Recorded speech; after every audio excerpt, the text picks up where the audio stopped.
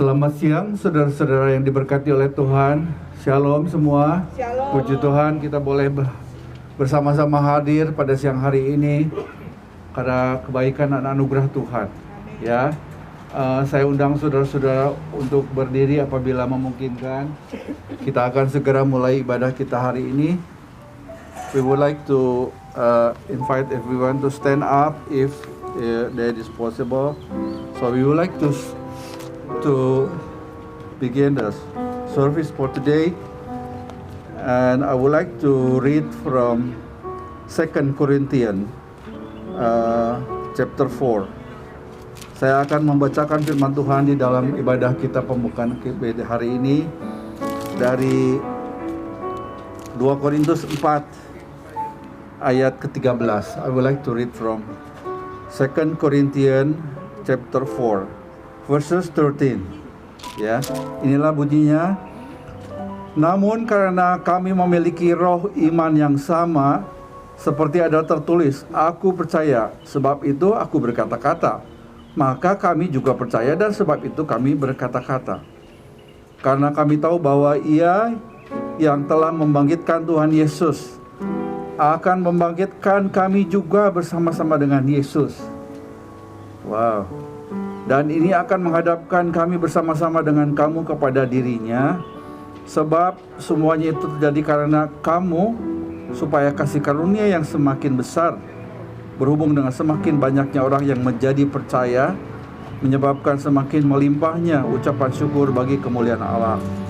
And since we have the same spirit of the faith, according to this is written, I believe and therefore I spoke. We also believe and therefore speak, knowing that He who raised up the Lord Jesus will also raise up us with Jesus and will present us with you.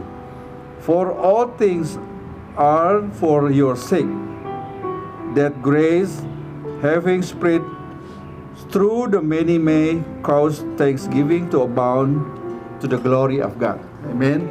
Amen. Pertolongan dalam ibadah kita hari ini adalah di dalam nama Tuhan, Pencipta langit dan bumi yang selamanya setia dan tidak pernah meninggalkan perbuatan tangannya. Kasih karunia dan damai sejahtera dari Allah Bapa dan Tuhan Yesus turun atas kita semua. Amin. Our help is in the name of the Lord, Creator of heaven and earth, who is forever faithful and never forsakes the work of His hand. Grace and peace from our God the Father and the Lord Jesus Christ be upon us. Amen.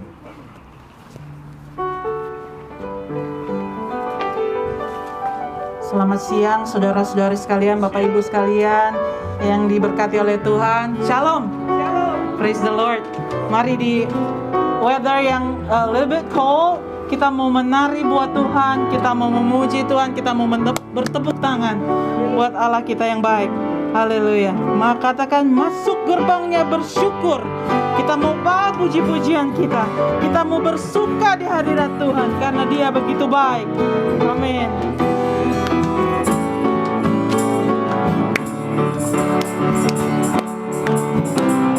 Masuk gerbangnya bersyukur. Haleluya. Dengan penuh pujian, bersuka di hadiratnya, nyanyi besarkan agung namanya. Puji Dia, tiuplah sangkakala, musik dan tarian, semua makhluk di bumi di surga dengan senang hati naikkan pujian sebab Tuhan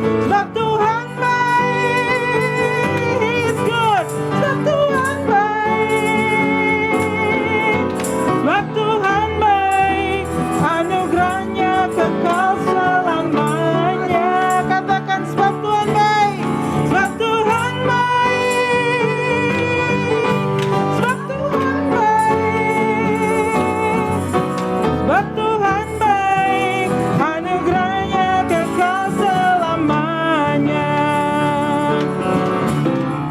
Enter His gates with thanksgiving, come into His court, come into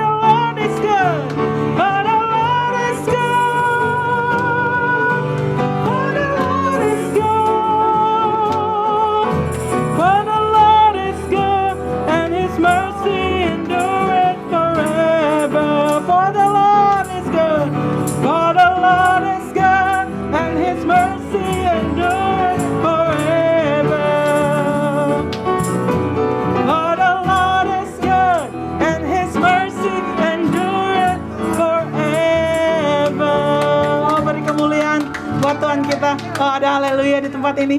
Puji Tuhan, Dia begitu baik. Mari kita tundukkan kepala, kita mau berdoa. Oh, terima kasih Tuhan, dengan penuh rasa syukur kami datang Tuhan. Bersyukur untuk kebaikan Tuhan, penyertaan Tuhan, blessing, abundant blessing yang kami rasakan hari lepas hari Tuhan. Dengan penuh kerinduan kami mau datang, memuji-muji namamu dimuliakan di tempat ini Tuhan. Mengeluh-elukan namamu.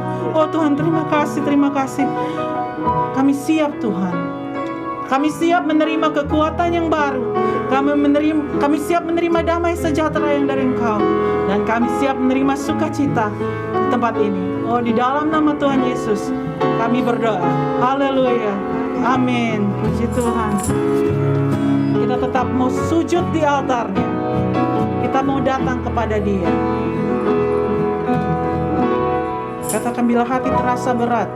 Bila hati terasa berat, tak seorang pun mengerti bebanku.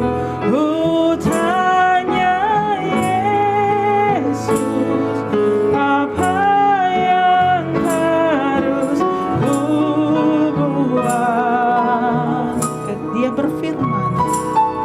Dia berfirman, mari datanglah.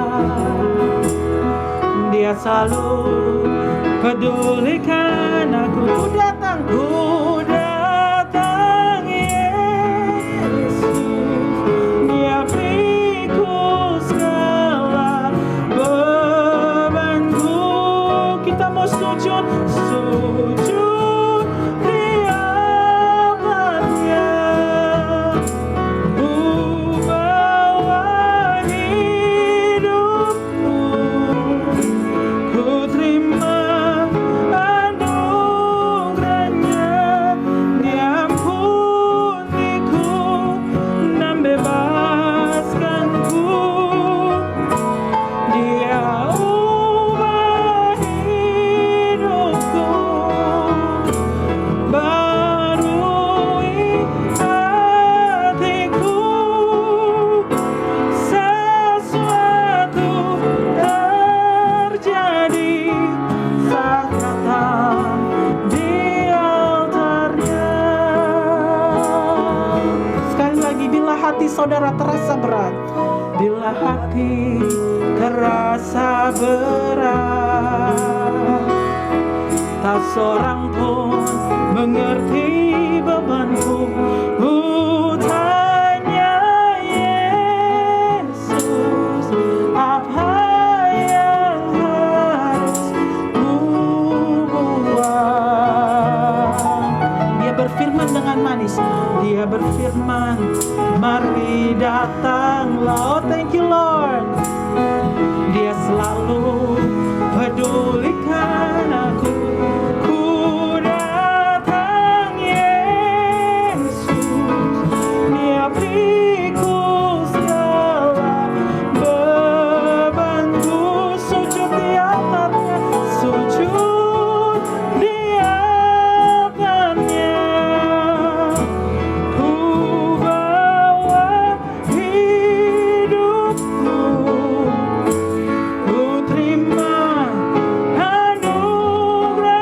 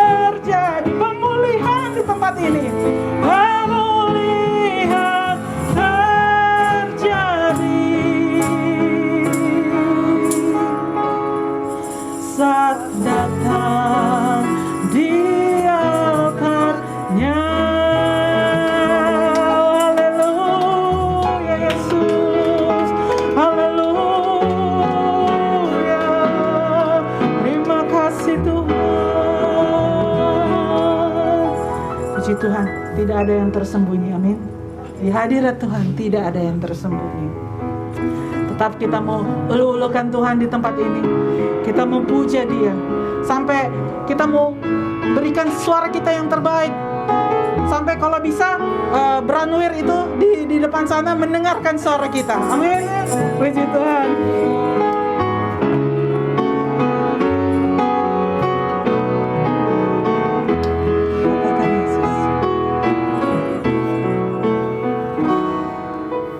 Yesus, kami puja, kami sembah sebagai Raja, berdiri di tengah kami, ditinggikan dan dipuji. Katakan Yesus, Yesus, kami puja, kami sembah sebagai Raja, berdiri di tengah kami, ditinggikan dan dipuji. Lift up your voice, sembah Dia, sembah dan puji Tuhan tatamu. Haleluya. Sembah dan puji Tuhan tatamu, sembah dan puji Tuhan tatamu. Yesus Tuhan adalah Raja. Jesus, we enthrone you. Jesus, we enthrone you. We proclaim you are King, standing here in the midst of all. We raise you up with our praise. Say Jesus, Jesus, we enthrone you. We proclaim you are King, standing here in the midst of us. We raise you up with our praise. And as we worship the throne, and as we worship the throne, and as we worship the throne, come Lord Jesus and take your place. And as we worship, and as we worship the throne, and as we worship the throne, and as we worship the throne, come Lord Jesus and take your place. Sembah dan puji Dia, sembah dan puji Tuhan tatamu, sembah dan puji Tuhan tatamu, sembah dan puji Tuhan tatamu. Yesus Tuhan adalah Raja, Yesus Tuhan adalah Raja, Yesus Tuhan adalah Raja. Come Lord Jesus, come Lord Jesus and take your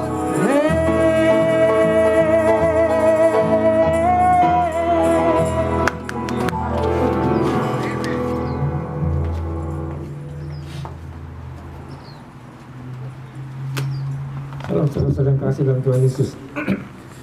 Sebelum kita masuk dalam firman Tuhan, mari kita siapkan hati kita tunduk kepala dan kita berdoa. Bapa dalam surga, Bapa yang kami kenal, kami kasih dalam nama Tuhan Yesus. Kami bersyukur Tuhan, siang hari ini dan kami boleh diberi kesempatan kembali untuk berkumpul di tempat ini. Kami diberi kesempatan kembali untuk mengerti dan mengenal sebagian daripada firman-Mu Tuhan. Kami buka hati kami, kami buka pikiran kami konsentrasikan semuanya untuk kami bisa mendapatkan sesuatu kebenaran firman Saudara siang hari ini Tuhan. Kuduskan hamba-Mu yang banyak kelemahan, hamba-Mu yang banyak kekurangan. Kiranya setiap perkataan yang keluar dari mulut dan lidah hamba-Mu ini benar-benar perkataan-Mu sendiri Tuhan. Hamba mematikan setiap keinginan daging, setiap hawa nafsu dunia yang ada dalam diri hamba, supaya tidak mencemari firman-Mu siang hari ini Tuhan. Dan biarlah kiranya kekudusan daripada-Mu Tuhan memenuhi hamba-Mu ini. Dan Kau sendiri yang berdiri di atas mimbar ini Tuhan. Kau sendiri menyampaikan firman-Mu Tuhan. Hamba hanya alat, hamba hanya instrumen yang Kau percayakan untuk menyampaikan sebagian dari firman-Mu ini Tuhan. Dan untuk mereka yang saat ini masih dalam perjalanan, biar Engkau pagari mereka dengan pasukan malaikat-Mu Tuhan. Tibakan mereka di sini dengan selamat, tidak kurang serapapun juga. Biarlah mereka semua boleh memilih sukacita. Mereka boleh datang yang dengan beban yang berat, mereka boleh kembali dengan sukacita. Mereka mengalami kelepasan, kelegaan daripada-Mu Tuhan. Dan buat setiap kami yang hadir sore hari ini mengerti Tuhan akan kebenaran firman-Mu, mengerti akan apa yang menjadi isi hati-Mu, yang boleh kami lakukan. Dan di akhir zaman ini Tuhan, kami boleh berlomba-lomba Tuhan mendapatkan mahkota-mahkota yang Kau sediakan bagi kami. Mereka saat ini sedang dalam kedukaan Tuhan, Kau hiburkan Tuhan, Kau lawat mereka satu persatu, Kau berikan sukacita dan damai daripada-Mu Tuhan. Dan mereka saat ini sedang sakit, Kau jamah Tuhan, Kau sembuhkan, Kau angkat segala sakit penyakitnya, supaya mereka juga boleh mengalami satu sukacita, kemenangan luar biasa daripada-Mu. Terima kasih Tuhan Yesus. Sekali lagi hamba mohon kuduskan hamba-Mu, tenggelamkan hamba-Mu dalam kuasa darah-Mu yang kudus, sembunyikan di belakang salib-Mu Tuhan. Di dalam nama Yesus kami berdoa dan bersyukur. Haleluya. Amin. Shalom saudara-saudara sekalian dikasih dalam Tuhan Yesus. Shalom. Senang kita bisa berkumpul kembali siang hari ini ya saudara ya. Saya mengamat-amati saudara. Sungguh berkat Tuhan yang luar biasa. Kalau setiap hari Minggu, sekalipun cuaca panas, matahari begitu terang, tapi anginnya dingin, saudara. Tapi mudah-mudahan tidak membuat ngantuk, saudara ya. Dan saya amati, saudara, benar-benar ini merupakan satu kemurahan Tuhan. Bayangkan, saudara, kalau cuaca begitu panas, yang kita harus berbakti. Udara terbuka seperti ini, saudara. Sangat menyiksa, bukan ya? Siang hari ini, saudara, saya akan sharingkan satu firman. Diawali dengan satu pertanyaan yang tidak terduga.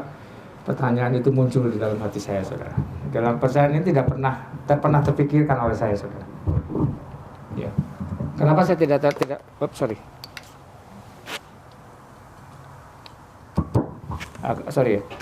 Kenapa tidak pernah terpikirkan? Karena memang pertanyaan ini sangat-sangat di luar dugaan, saudara. Pertanyaan begini, saudara.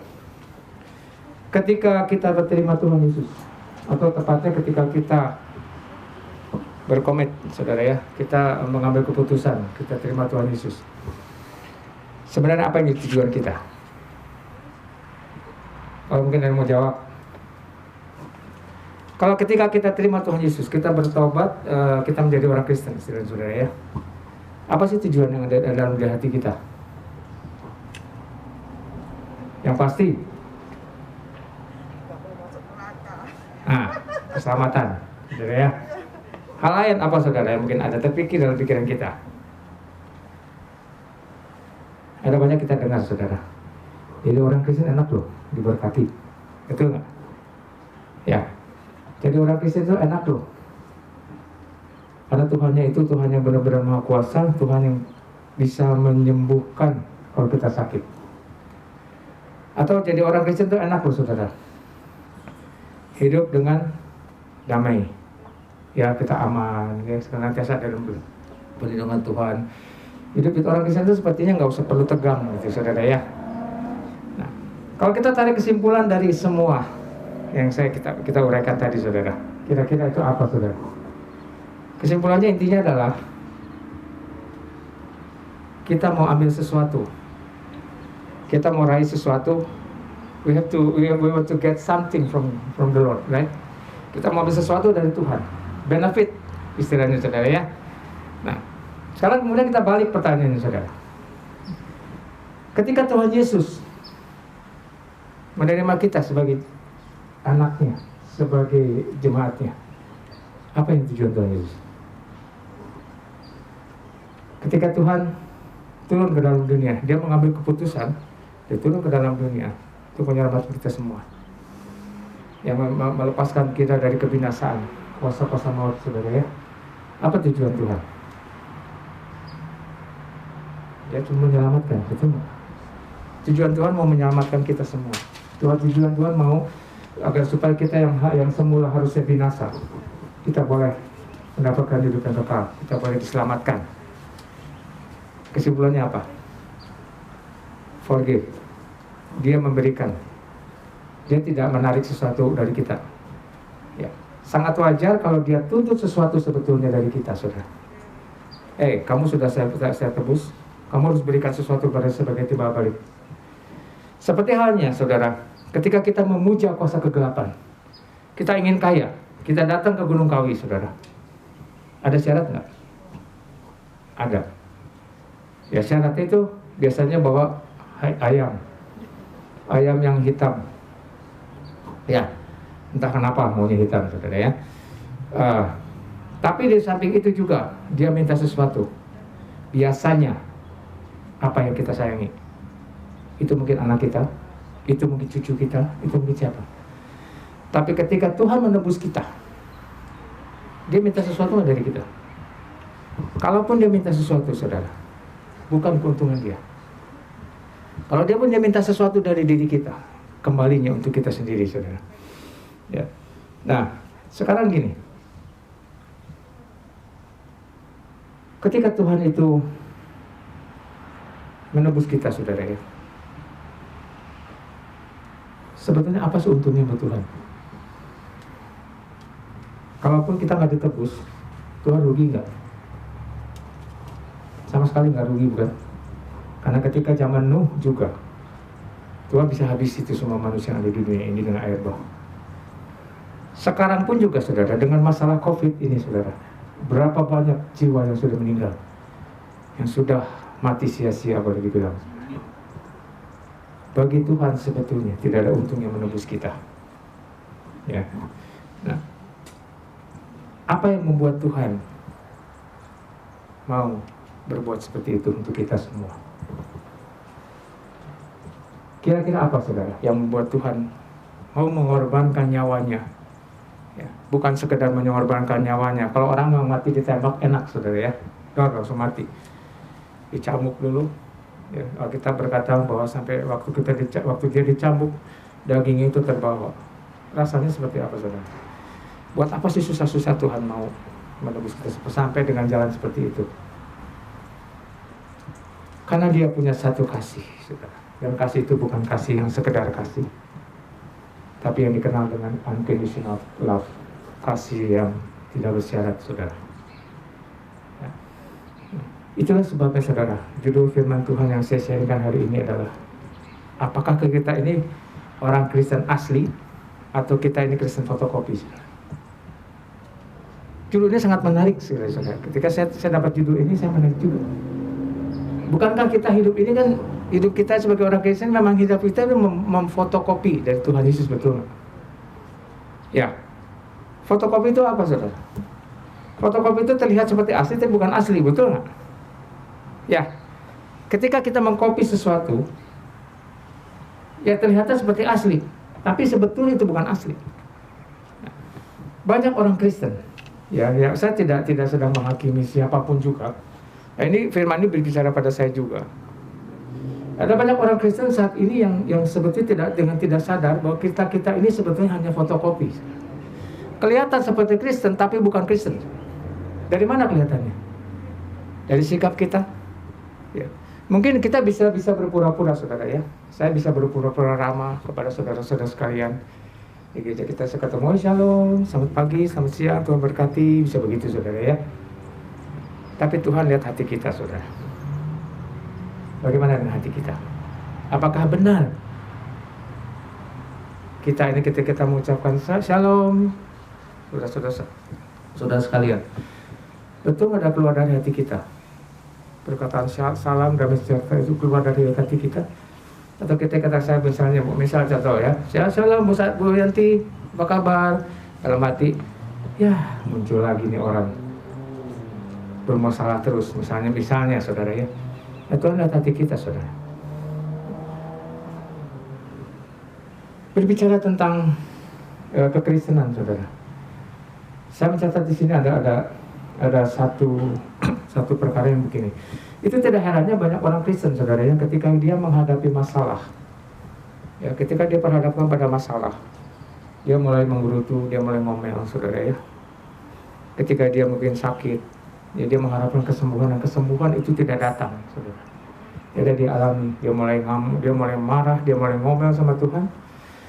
Dan ada lagi yang lebih hebat lagi, ketika dia dikecewakan saudara. Mungkin ada hamba Tuhan, pastornya tidak memberi senyum pada jemaat, salah seorang jemaat saudara. Dan dia melihat, wah, gua nggak dianggap nih di gereja ini.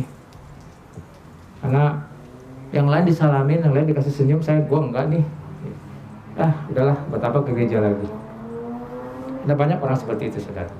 Ketika kita kecewa terhadap seseorang, terhadap sesama rekan jemaat, apalagi terhadap pastor, terhadap majelis saudara, dia mulai kecewa, dia mulai meninggalkan Tuhan, meninggalkan pelayanan, bahkan meninggalkan gereja saudara. Pertanyaannya, apakah pantas kita buat seperti itu? Apa yang sudah kita buat buat Tuhan? Apakah kita sudah memberikan nyawa kita untuk Tuhan? Seperti Tuhan memberikan nyawanya untuk kita. Itu pertanyaan yang harusnya jadi pikiran kita. Apakah pantas kita buat seperti itu? Ya. Nah, perkara kekristenan ini adalah orang Kristen, orang seringkali menyangka bahwa jadi orang Kristen itu hanya sekedar percaya Tuhan Yesus, terima Tuhan Yesus dalam hati, dibaptis, selesai, that's it. Padahal ceritanya panjang, saudara. Kekristenan bukan hal yang murah. Menjadi orang Kristen bukan hal yang murah. Menjadi orang Kristen bukan hal yang gratisan, saudara. Saya berani katakan ini, saudara. Kekristenan itu, berbicara tentang kekristenan adalah berbicara tentang mengambil keputusan dan berkomitmen. Saudara lihat, kalau kita saudara baca di dalam kitab Matius pasal 5 ayat 1-12. Ya, itu tentang khotbah di bukit. Ya, saudara, ini ayat ini terkenal tentang khotbah di bukit. Kalau kita baca, sepertinya Tuhan itu menuntut sesuatu dari kita. Tapi sebetulnya kalau kita teliti dengan benar, itu benefit itu akan kembali ke kita. Contoh, berbagai orang yang murah hatinya, karena dia akan beroleh kemurahan. Untungnya siapa saudara? Apakah Tuhan untung? Ketika saya bermurah hati kepada saudara sekalian, bermurah hati kepada orang-orang di sekitar saya, lalu saya dapat kemurahan dari Tuhan, untungnya buat Tuhan apa? Nggak ada saudara. Hanya karena saya menjalankan firman Tuhan, saya menjadi orang yang memiliki hati yang murah hati, lalu Tuhan balas dengan kemurahan hati, kemurahan kembali. Untuk kembali buat saya, bukan?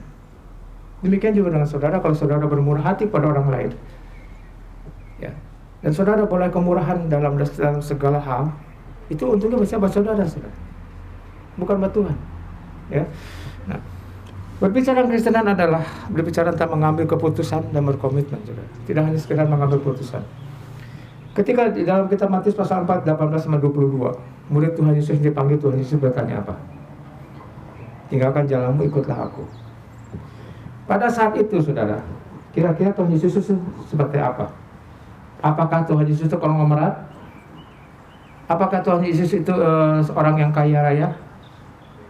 Apakah Tuhan Yesus itu seorang penguasa yang bisa menjamin hidup rasul-rasul, saudara, saat itu? Kalau misalnya, saudara ya, misalnya saudara gini, ada seorang konglomerat yang datang kepada kita, lalu bilang, kamu tinggalin semuanya, yuk ikut sama saya kerja. Saya bisa ngerti, saudara. Kenapa? Oh, dia orang kaya, dia punya berapa puluh perusahaan, hidup saya pasti terjamin. Betul. Tapi ketika Tuhan Yesus panggil Petrus, Yohanes, Yakobus, saudara, apa yang mereka lakukan? Mereka dengan segera mereka tinggalkan perahunya dan jalan-jalan. Apa artinya, saudara? Itu nafkah hidup mereka, saudara. Kenapa mereka bisa mempercayakan diri sepenuhnya pada Tuhan Yesus yang bukan apa-apa dalam tanda petik saat itu? Betul? Tuhan Yesus tidak sedang menunjukkan kekayaan, Tuhan tidak sedang menunjukkan bahwa ini gua pemilik dunia ini atau pemilik perusahaan, berapa macam perusahaan, saudara. Tapi Rasul-Rasul Petrus ini berani mengambil keputusan, dia tinggalkan jalan itu. Dia tinggalkan bahkan keluarganya, kita berkata. Berbicara tentang kekristenan adalah berbicara tentang komitmen, keputusan, saudara. Ya. Ketika mereka mengambil keputusan, mereka mengambil komitmen, maka tinggalkan semuanya. Bagaimana dengan kita kalau saat ini saudara, Tuhan tantang pada kita? Berani nggak kita tinggalkan semuanya untuk ikut langkah Tuhan? Ya. Yang kedua berbicara tentang kekristenan adalah ketika kita menjadi orang Kristen, Kristen yang benar-benar, yang asli, saudara. Kita tidak bisa menjadi Kristen yang hanya sekedar, oh, saya senang di gereja ini, Pastor David khotbahnya bagus, misalnya, saudara ya. Lalu kita mencontoh Pastor David ini.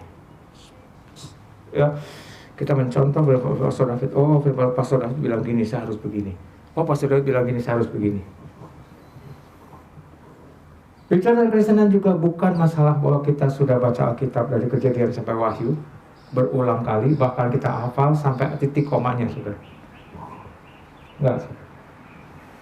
Bicara tentang kekristenan, kalau kita bisa mengambil komitmen, bisa mengambil satu keputusan. Kalau kita kenal siapa Dia yang menebus kita, siapa Dia yang memanggil kita, betul?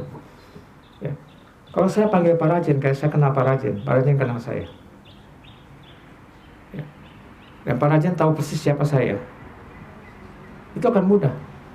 Tapi kalau kita tidak kenal, tidak saling kenal, apakah mungkin hubungan itu bisa berlanjut?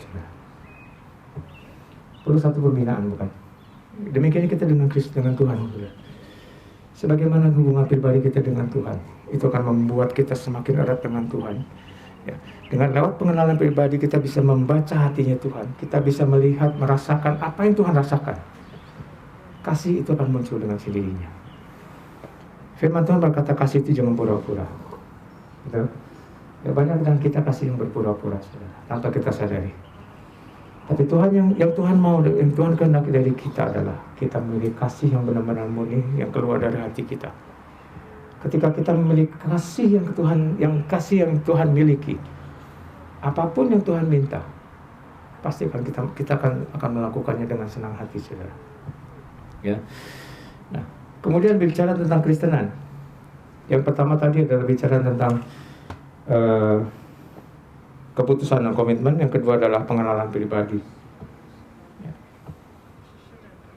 Rasul Paulus di dalam Filipi pasal 3 ayat 10 berkata, yang kukendaki adalah mengenal Dia. Yang pertama, ya, kita harus mengenal Dia dulu secara pribadi. Yang kedua adalah kuasa kebangkitannya. Untuk apa Tuhan Yesus itu mati dan bisa bangkit? Kuasanya itu untuk apa sebetulnya? Apa pengaruhnya buat kita? Dan yang ketiga, persekutuan dalam penderitaannya. Ini Dia yang seorang suka nggak mau, saudara. Banyak orang Kristen cuma mau enaknya, mau benefitnya, saudara. Seperti saya katakan di awal tadi, saudara ya. Kita mau terima keselamatan, kita mau terima kesehatan, mau terima berkat, hidup makmur, wah, tanpa sepertinya nggak ada kesulitan, saudara ya. Bukan nggak ada kesulitan, ada kesulitan tapi kita bisa mengatasinya ya, bersama dengan Tuhan. Tapi jarang ada orang yang mau ikut menderita bersama dengan Tuhan. Ya. Nah, yang ketiga adalah bicara tentang kekristenan adalah berbicara tentang pengorbanan, saudara. Tidak ada pengorbanan tanpa kasih. Omong kosong kalau kita mau berkorban, kalau kita tidak punya kasih. Ya. Nah, kalau kita benar memiliki kasih seperti yang dimiliki Tuhan Yesus, maka kita akan memiliki hati yang berkorban, bukan bagi siapapun, bukan bagi saudara dan saya. Saudara berkorban buat saya berkorban buat saudara. Tapi kita berkorban karena berkorban bagi Tuhan. Kristen itu bukan hanya sekedar percaya dan dibaptis, melainkan ada tugas tanggung jawab, saudara. Dan itu kita bisa baca di dalam kitab Markus pasal 16 ayat 15. Isinya apa? Beritakan Injil kepada segala makhluk. Ya, siapa yang percaya dibaptis akan diselamatkan. Bagaimana dengan kita, saudara? Apakah kita sudah memberitakan Injil? Atau sampai sejauh mana kita memberitakan Injil kepada orang di sekitar kita? Jangan berpikir bahwa orang-orang yang sudah ada di gereja itu mengerti Injil, saudara. Jangan berpikir bahwa yang sudah jadi majelis pun mengerti Injil, saudara. Saya teringat, saudara ya, saya bukan menjelekkan, sekali lagi ya. Saya teringat, saudara. Dulu ayah saya itu majelis dalam satu gereja besar, ya, Presbyterian di Bandung. Itu kalau rapat majelis, saudara, apa yang dibahas? Berantem, saudara. Ini benar loh. Yang satu ada anaknya kebetulan kawan saya, jadi kawan saya. Dia itu seorang anggota DPR. Ya, zaman dulu tuh senjata masih boleh lah, saudara ya. Kalau dia kalah ngomong tuh senjata dilempar ke meja, saudara, ditaruh digebrak di meja gitu.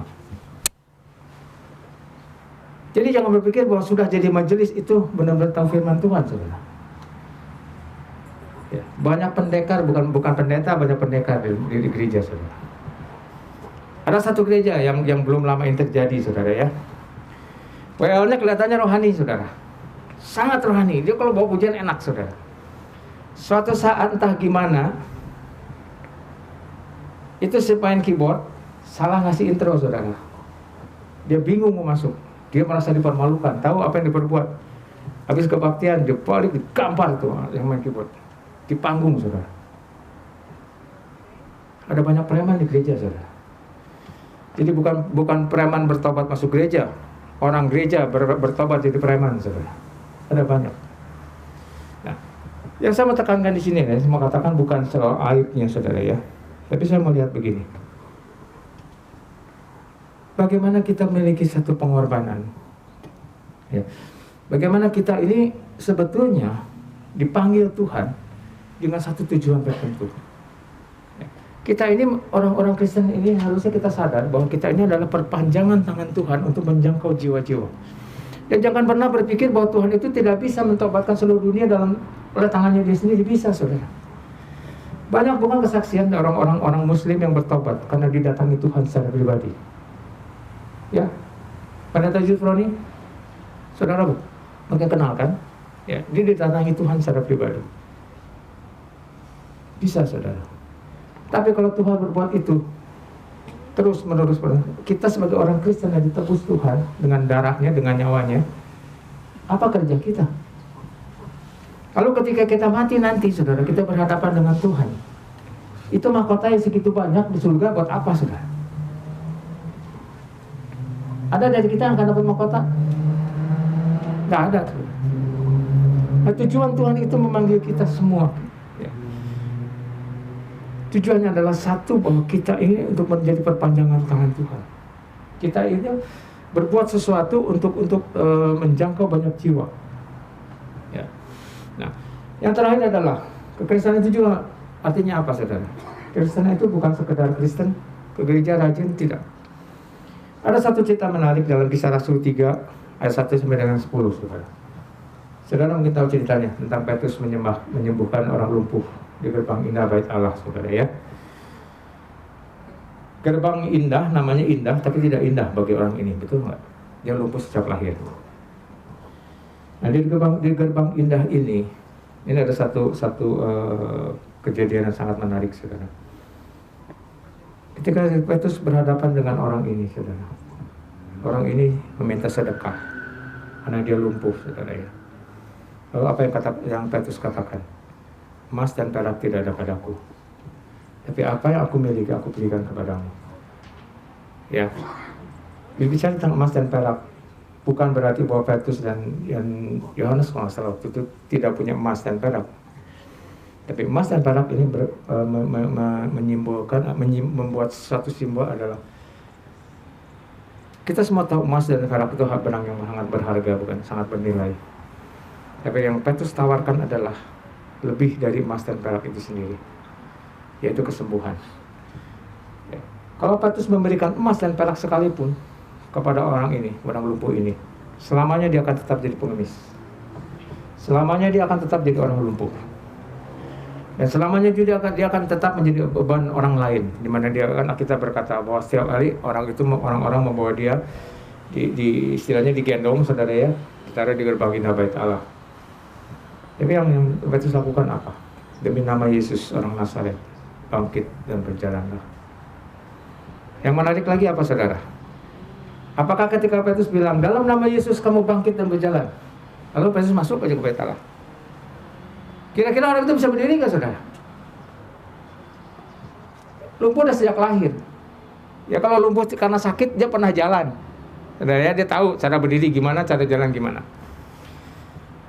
Kira-kira, saudara, ketika Petrus berkata, kamu bangkit dan berjalan. Banyak kan kita sering kan orang dengar gini, pakai dong imannya. Tuhan Yesus udah jamah kamu. Masa tetap duduk aja nggak mau berdiri? Banyak kan kita dengar begitu. Iman itu tidak bisa apa istilahnya istilahnya kalau kuda dipecut, saudara. Dipecut tiba-tiba jadi muncul iman, tidak, saudara. Apa yang Petrus lakukan? Dia pegang tangannya, diulurkan tangannya. Tangan si orang lumpuh ini dia tarik, dia bantu berdiri. Alkitab berkata demikian. Itu tugas kita semua, saudara. Berapa banyak orang dari sekitar kita ini, orang-orang di sekitar kita ini, saudara, yang mengalami sesuatu yang perlu bantuan kita, saudara. Entah itu bentuknya apa. Dan setiap kita, saya percaya, setiap kita, ya ini pengalaman saya pribadi, saudara. Kalau saudara sedang menghadapi masalah, saudara sedang diproses Tuhan masalah, cepat cari jalan keluarnya, saudara. Ya. Saya yang disembuhkan Tuhan dari kepahitan berpuluh-puluh tahun. Banyak hal Tuhan pertemukan saya dengan orang-orang yang seperti saya, saudara. Dengan demikian saya bisa tahu, saya bisa merasakan, saya tidak jadi menghakimi. Kamu manja. Enggak begitu, saudara. Karena saya bisa merasakan. Bagaimana rasanya menjadi orang yang pahit hati? Ya. Bagaimana caranya supaya kita keluar dari situ? Ya. Nah, ketika saudara sedang, apapun yang sedang kita hadapi masalah saat ini, saudara. Kalau saudara temukan jalan keluarnya, Tuhan akan pakai saudara ketemu orang-orang seperti itu. Itulah tubuh Kristus, saudara. Tidak mungkin satu orang harus menjangkau semua banyak. Wah, setengah mati, saudara. Ya, kalau saudara dihadapkan misalnya masalah rumah tangga, ya, cepat cari jalan keluarnya. Minta pada Tuhan, Tuhan tunjukkan gimana saya bisa keluar dari sini. Ya. Nanti kelak saudara akan melihat, tanpa saudara sadari, saudara akan bertemu dengan orang yang membutuhkan pelayanan seperti itu, saudara. Ada banyak rumah tangga yang dengan problem-problemnya sendiri, dan kita harus bisa melepaskan, membawa mereka keluar dari masalahnya itu. Dan kita harus menjangkau jiwa-jiwa yang seperti itu, saudara. Kalau kita mau menolong orang itu benar-benar harus seperti Petrus, saudara. Harus sebenarnya orang ini sampai bisa berdiri. Nah, urusan nanti orang ini tetap menjadi pengemis, itu keputusan dia, saudara. Ya. Kita tidak bisa paksa orang ini, kamu kan sudah disembuhkan, kamu harus cari kerja dong. Nggak bisa, saudara. Keputusan tetap di tangan dia. Tapi at least dia sudah berusaha untuk membuat orang ini memiliki better life, hidup yang lebih baik. Ya, bayangkan kalau seorang dia sebagai orang lumpuh yang terus-menerus lumpuh sampai matinya dia lumpuh, saudara. Lebih baik mana dibanding dia bisa jalan kembali dan dia bisa menikmati keliling-keliling sendiri bebas gitu, saudara ya. Angka jauh lebih baik, bukan? Nah, sebab itu, saudara, sebagai kesimpulan yang terakhir adalah, sebagai orang Kristen itu adalah orang yang berani mengambil keputusan dan berani berkomitmen dengan Tuhan, saudara. Ketika kita mengambil keputusan, kita mau terima Tuhan Yesus dalam hati. Sebagai apa? Sebagai juru Tuhan dan juru selamat. Artinya apa? Ketika kita menerima Tuhan Yesus dalam hati kita, bahwa kita sudah berkomitmen dengan Dia, menjadikan Dia Tuhan. Tuhan itu Tuhan, saudara ya, menjadi majikan kita. Dan hidup kita ini sudah tidak boleh lagi ada di dalam hati, di dalam diri kita. Hidup yang lama kita sudah berlalu. Kita ada ciptaan-ciptaan baru. Seperti lagu yang berkata, hidupku bukannya aku lagi, ya, tapi Yesus dalamku. Tapi kenyataannya kebalik. Ya, benar nggak? Hidupku ya akulah. Ya Tuhan nanti dulu lah. Tuhan urusan cuma di gereja doang. Kalau di gereja oke lah, Tuhan kita. Yang kedua adalah bahwa kita harus memiliki rasa peduli dan mau berkorban. Ikuti teladan Tuhan Yesus. Seperti Rasul Paulus. Ya. Kenapa dia bisa menjadi rasul yang besar? Karena dia mau mengikuti teladan Tuhan Yesus. Kita tahu Rasul Paulus bukan orang baik asal mulanya. Ketika dia masih bernama Saulus, ya, dia itu sudah membantai banyak orang-orang Kristen, ya, anak-anak Tuhan, orang-orang percaya. Dan ketika Tuhan jamah, secara radikal dia benar-benar ikut Tuhan. Nah, yang ketiga adalah kenali pribadi Tuhan kita yang sudah menebus kita dari kutuk dosa sehingga beroleh jaminan keselamatan. Lewat apa? Lewat sebuah hubungan pribadi yang erat dengannya. Dan jadikan dia prioritas, saudara. Berapa banyak dari kita yang menjadikan dia sebagai prioritas dalam kehidupan kita. Ya. Dan yang terakhir adalah yang keempat adalah mampu menjadi jawab atas kebutuhan orang-orang di sekitar kita. Kita terpanggil sebagai orang Kristen adalah di sekeliling kita banyak orang-orang yang sedang bermasalah. Ya. Sesuai dengan hikmat yang daripada Tuhan, itu menjadi tugas kita membawa mereka keluar dari masalah mereka. Yang kelima adalah memiliki kasih seperti kasih Tuhan Yesus, kasih yang tanpa syarat dengan belajar dari Tuhan Yesus sendiri.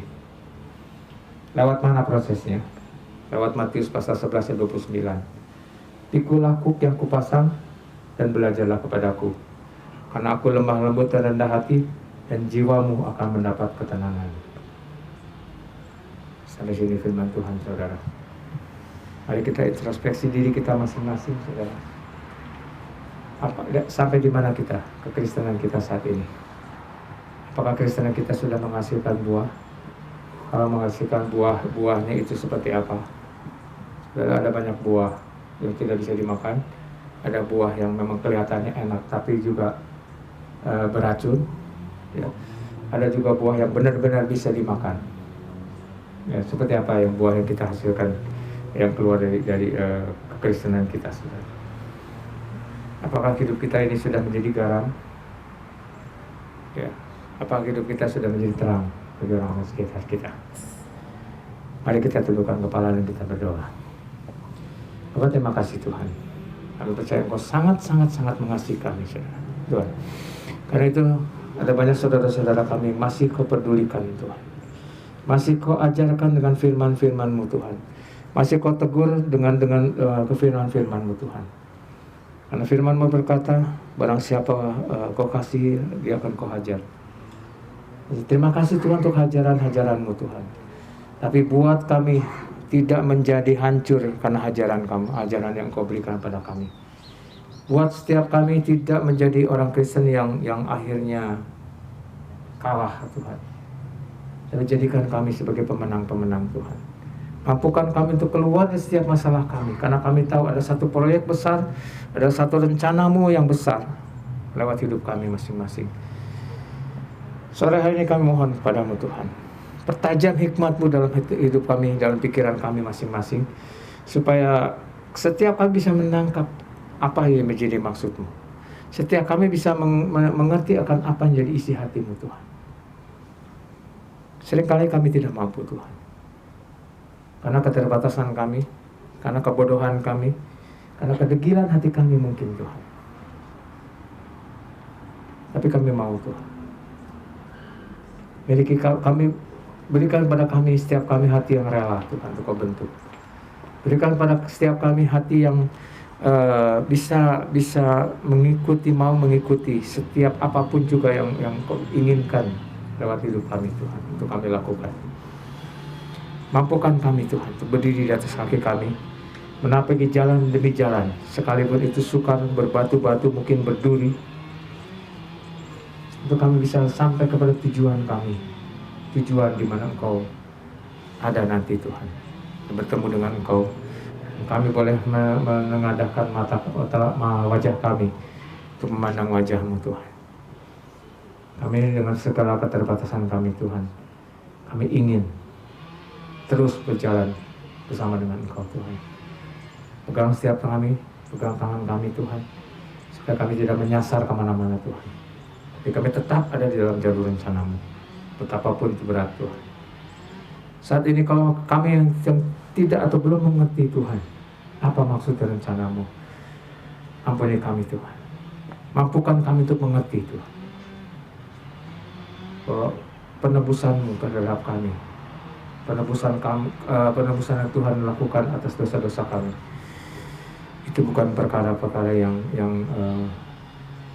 tidak ada artinya. Yang Kau punya satu rencana yang besar lewat hidup kami. Terima kasih Tuhan untuk sore hari ini. Kiranya Engkau yang menjabarkan firman ini Tuhan menaruh roh pengertian di dalam hati kami masing-masing, supaya setiap kami dengan kemampuan kami masing-masing berbeda, kami bisa menangkap maksud dan rencana lewat firman sore siang hari ini Tuhan. Terima kasih Tuhan Yesus. Berkati gereja episkopal yang sudah berkenan menyediakan halamannya untuk kami berbakti. Engkau yang terus menampakkan sinar terang-Mu di gereja ini Tuhan. Dan biarlah gereja ini juga menjadi berkat bagi orang-orang yang ada di sekitar lingkungan ini Tuhan. Pagari gereja ini dengan masukan malaikat-Mu dijauhkan dari orang dunia jahat. Terima kasih Tuhan, dalam nama Yesus kami berdoa. Haleluya. Amin. Shalom, Tuhan berkati saudara.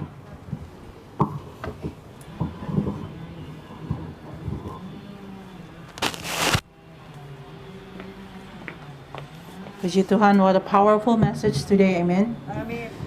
Mari, saya undang jemaat bangkit berdiri.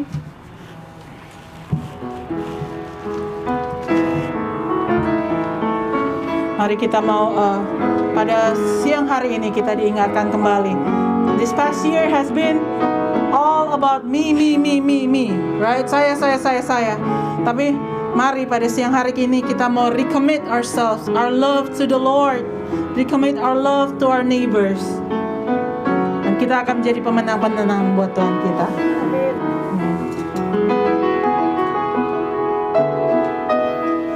Dalam Yesus ku percaya, ku dapat kemuliaan kuasa salibnya. Ku jadi pemenang dalam segala kekuatanku, pengharapanku dalam Yesus. Sekali lagi, dalam Yesus ku percaya. Dalam Yesus ku percaya, ku dapat kemuliaan kuasa salibnya. Ku jadi pemenang dalam segala kekuatanku, pengharapanku dalam Yesus. In Christ alone, in Christ alone, I praise my trust and find my glory in the power of the cross. In every victory, let it be said of me, my source of strength, my source of hope, in Christ alone. My source of strength, my source of hope, my source of strength, my source of strength, in Christ alone.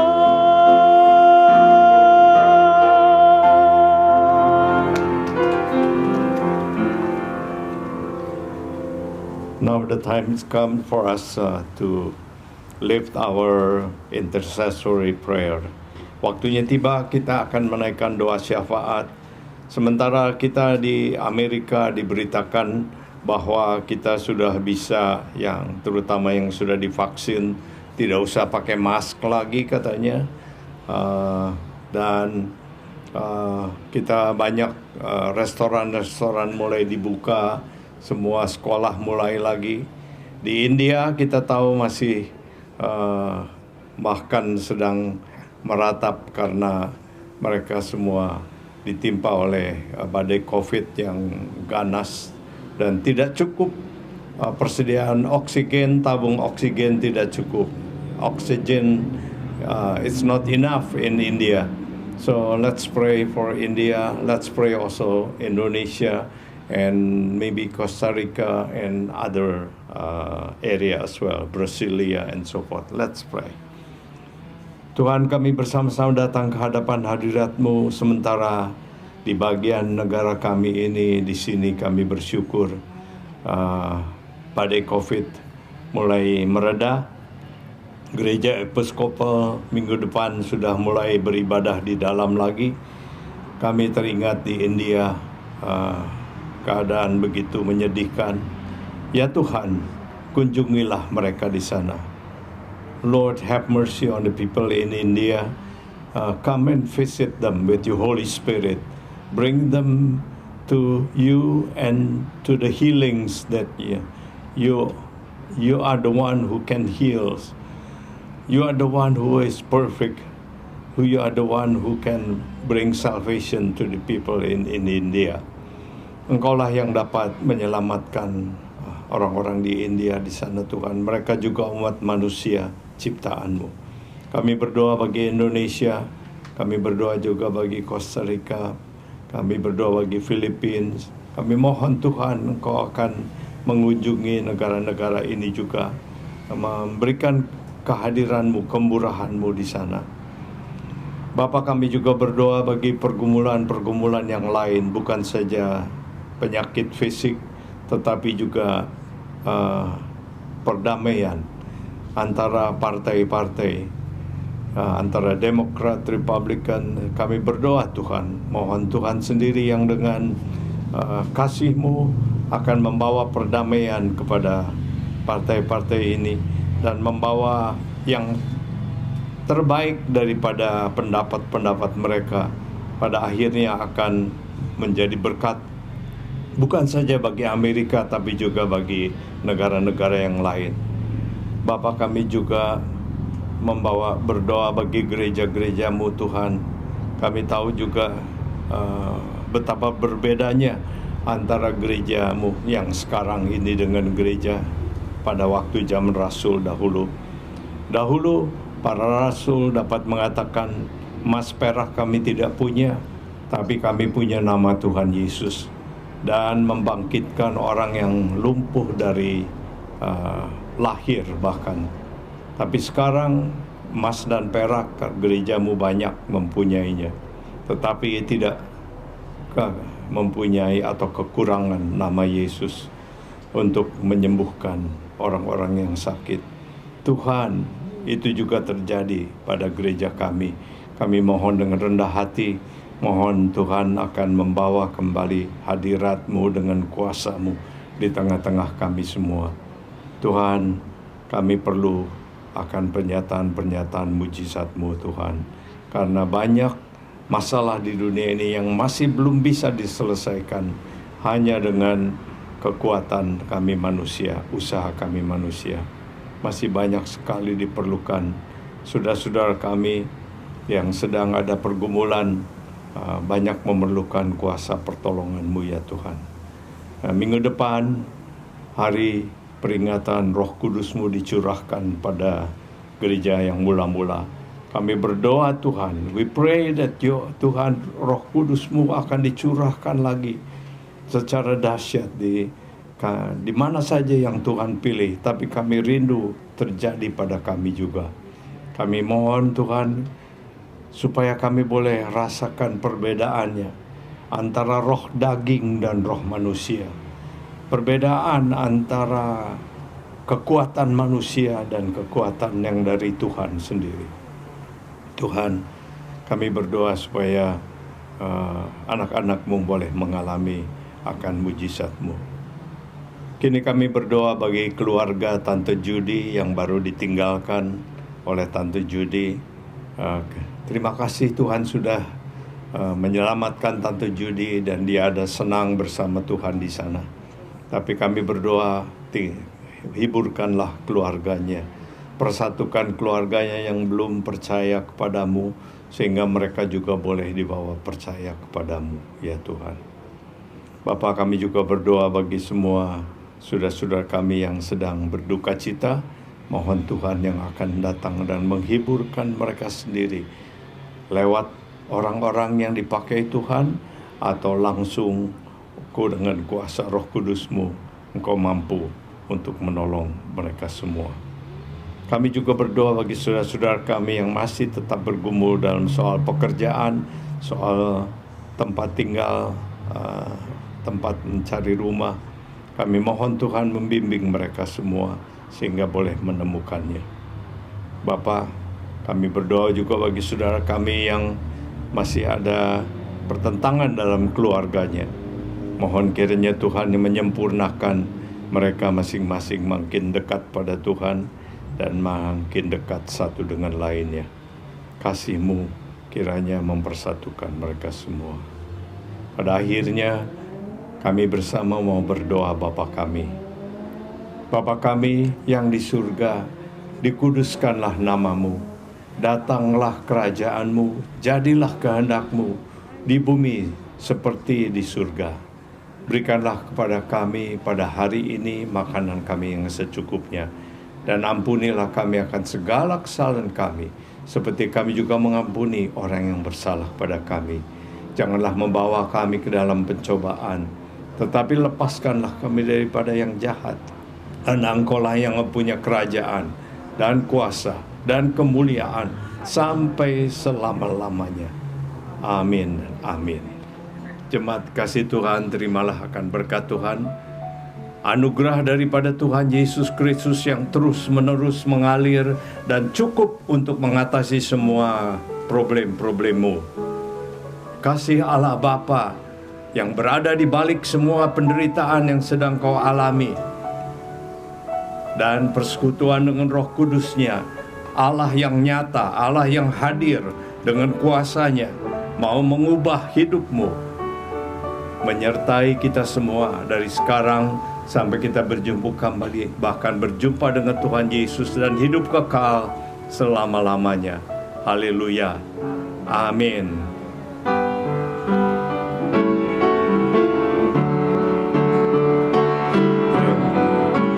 Terima kasih Yesusku, terima kasih Yesusku. Puji syukur hanya bagi Tuhanku. Terima kasih Yesusku, terima kasih Yesusku. Puji syukur hanya bagi Tuhanku. Puji syukur hanya bagi Tuhanku. Puji syukur hanya bagi Tuhanku.